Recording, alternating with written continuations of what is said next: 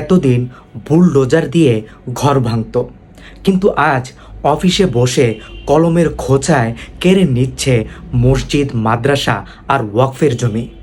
শত বছরের ইতিহাস নথির পাতায় আজ রক্তাক্ত। ভারতের মোদী সরকার পাশ করেছে এক আইন, যার নাম ওয়াকফ বিল।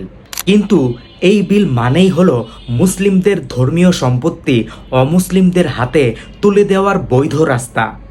মসজিদ, মাদ্রাসা আর ওয়াকফের জমিতে রাষ্ট্রের এখন লাল চোখ। ভারত জুড়ে ফসে উঠেছে মুসলিমরা, প্রতিবাদে নেমেছে কংগ্রেস ও বিরোধী দলগুলো। কারণ এই আইন শুধু মুসলমানদের জন্য নয়, বরং পুরো সংবিধানের মুখে একটি থাপ্পড়।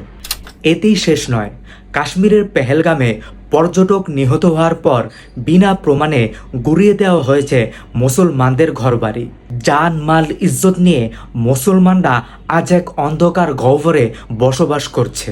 এটা শুধু ভারতের মুসলমানদের বিষয় নয়, এটা ন্যায় বিচারের প্রশ্ন, এটা মানবতার প্রশ্ন।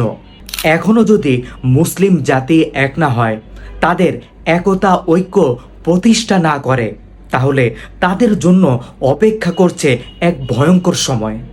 সুতরাং আপনি কি সেই সময়ের জন্য প্রস্তুত?